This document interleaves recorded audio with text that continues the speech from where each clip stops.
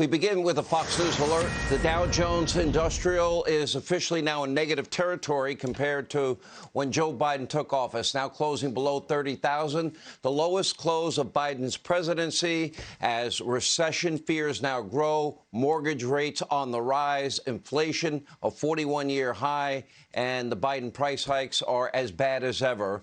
And while Biden is dismissing the likelihood of a recession, well, the fears on Wall Street, they are growing louder and louder. Now, all while consumer spending is now running out of steam, common sense Americans, they are continuing to suffer needlessly, all because of Joe Biden's failing far-left radical economic and anti-fossil fuel agenda.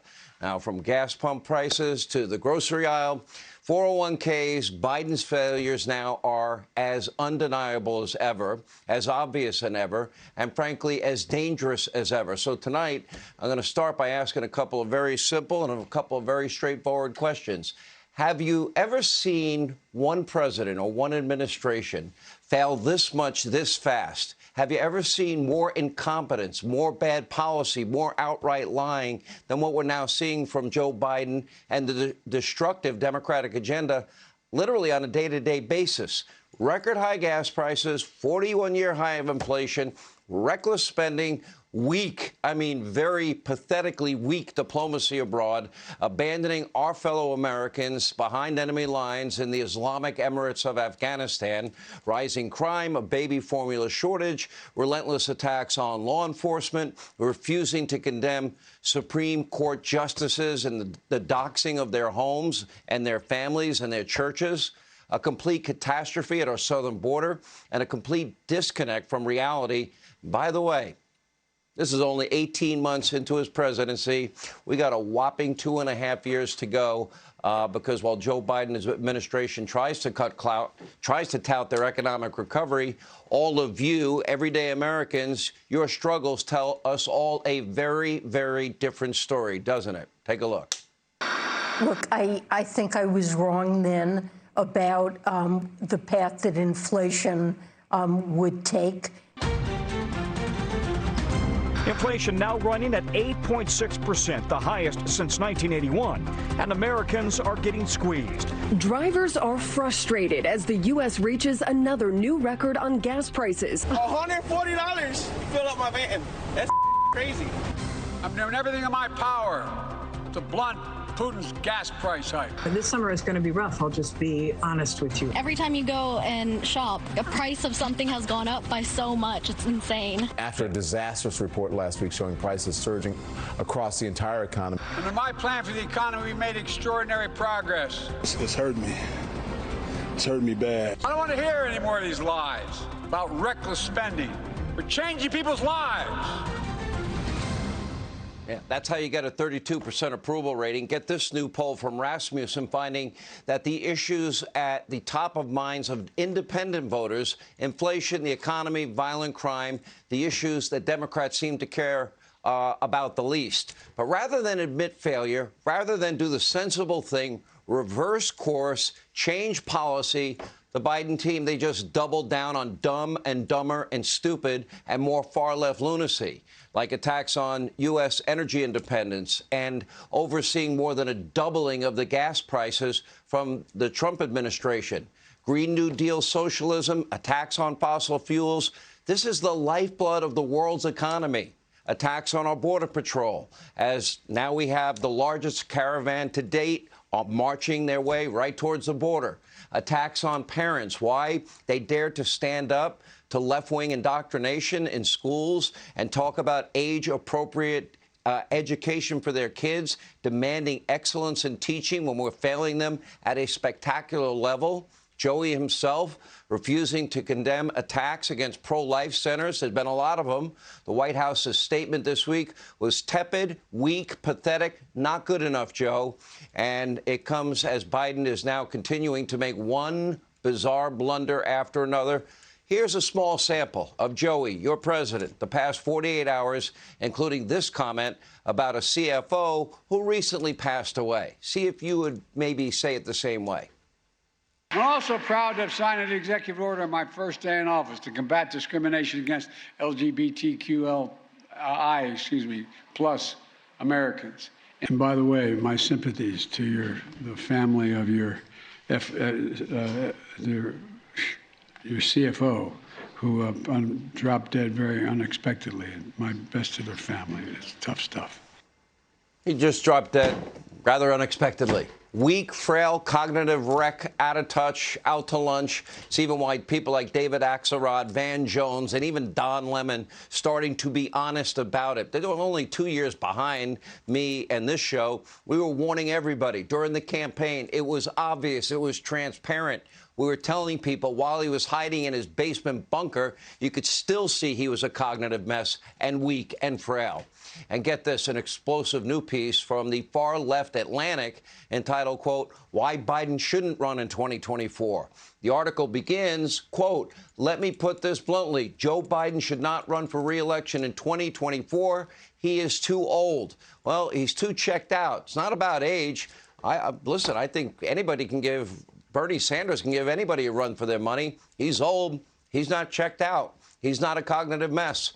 Anyway, the far-left media mob, they're being forced to now grapple with what we have been showing you night after night, trying to warn you about. Joe Biden is unfit for this office. Sadly, he's unfit to be the commander-in-chief, and in my opinion, that is the toughest job in the world. Here's Joey earlier today appearing totally aloof and ignoring more questions. Take a look. Russian oligarch Yelena Baturina, who did business with your son.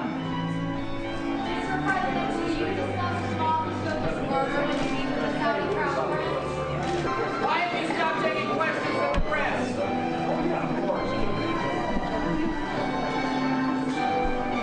What are you afraid of? At least this time, when he turned to shake somebody's hand, there was actually somebody there. Now, rather than reset, rather than admit failure, rather than change course, rather than offer real solutions, Biden, the Democratic Party, they just play one blame game after another. They blame so-called big oil. They blame the pandemic. They blame Putin. They blame Republicans. They blame corporations, meat companies, rich people, and when all else fails, just blame Donald Trump. And by the way, don't forget, blame Fox News. Now, it gets even better because Speaker Pelosi is apparently trapped in a time warp and is now blaming all of this on the war in Iraq. Take a look. With all the constraints that COVID has played. Look, we have the war in Iraq. We have COVID, which has really deterred more product coming into our country. Now, she's not far behind Joey. You got Kamala one heartbeat away from the presidency. Pelosi third in line. God help us. Let's be clear. Costs are rising because of Joe Biden and the Green New Deal climate cultists inside the New Green Deal Socialist Party who are running the show. Joe Biden artificially reduced the world's supply of oil. He killed the Keystone XL pipeline. He supported burdensome regulations to make it harder and harder to drill and to frack. He has relentlessly attacked the U.S. oil industry, even been talking about sending executives to jail. For what? For making money? For producing what we need as a society to function? What is the world's life, the lifeblood of the world's economy? Now he's headed to Saudi Arabia. Remember, he called Saudi Arabia a pariah country during the campaign, all while Democrats, overheated the economy with the so-called American Rescue Package that caused even more massive inflation. Now, they say that he's not going to beg the Crown Prince to produce more oil.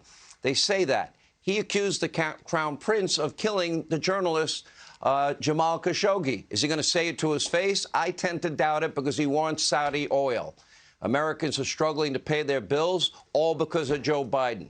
Recession fears are growing because of Joe Biden. Financial markets are spooked and tanking because of Joe Biden. Inflation is draining the savings and retirement funds of Americans all across the country. 2/3 of Americans now living paycheck to paycheck because of Joe Biden. Rising gas prices, That's a burden for business. That's a burden for all of us, for families, all caused by Biden and his new Green Deal socialist comrades.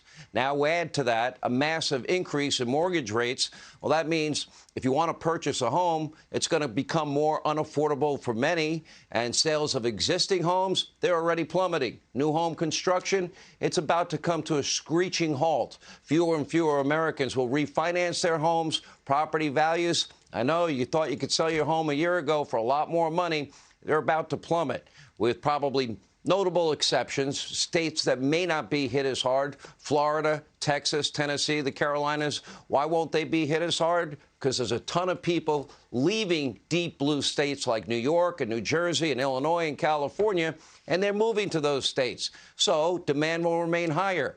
What we are seeing is a complete devolution of the Democratic Party, that party that is now hell-bent on decline and destruction, and so addicted to their cult, they will not even consider changing course. You have a party created, one big far-left political cocktail, and that's creating one bad crisis after another. From the Washington swamp, coast to coast, flyover country, city to city, everywhere in between. When Democrats are in charge, costs go up, crime goes up, quality of life goes down, and you make less money. Just look at the failing far-left DA out in Los Angeles, this guy, George Gascon. He's now being exposed yet again, as we're now learning the gang member accused of murdering 2 police officers in L.A. County this week. This guy has a long rap sheet, still out roaming the streets after being given a lenient plea bargain by Gascon's office last year. What was the charge? A weapons charge. Up in Oregon, a new investigation from Fox News finds that the state's effort to decriminalize drugs has now become one big unmitigated disaster. According to our very own Dan Springer, 16 months into this first-in-the-nation experiment, the numbers paint a very bleak picture. Drug overdose deaths now hit an all-time high in 2021, 1,069. That is a 41% increase from 2020, while reportedly very few people are seeking treatment. So ask yourself, why would any community want to enable hard drug use? You're basically helping people kill themselves. Why would any community want to put the interests of hard drug users over the safety and security of ordinary citizens? And when they're high and wasted and out of their minds, they come into contact with people going about their daily chores. Now, unfortunately, in the Democratic playbook, law-abiding citizens have now become the enemy. Common-sense Americans are now in the crosshairs of this new extreme far-left socialist democratic disaster, a party that coddles violent criminals, a party that puts illegal immigrants over Americans. Yeah, they get preferential treatment and a free phone, and you also get free transportation. You get a party that puts far-left climate fantasies over middle-class stability, a party that keeps putting America last. Under the logic of Biden and the Democrats, we can't drill more oil here at home, but we can beg Saudi Arabia, Iran, Venezuela, and OPEC to pump more. Under that logic of Biden, well, we can't lower gas prices now, but we can all switch and buy electric cars overnight. It's a never-ending fight with reality and facts and basic common sense. Hey, Sean Hannity here. Hey, click here to subscribe to Fox News YouTube page and catch our hottest interviews and most compelling analysis. You will not get it anywhere else.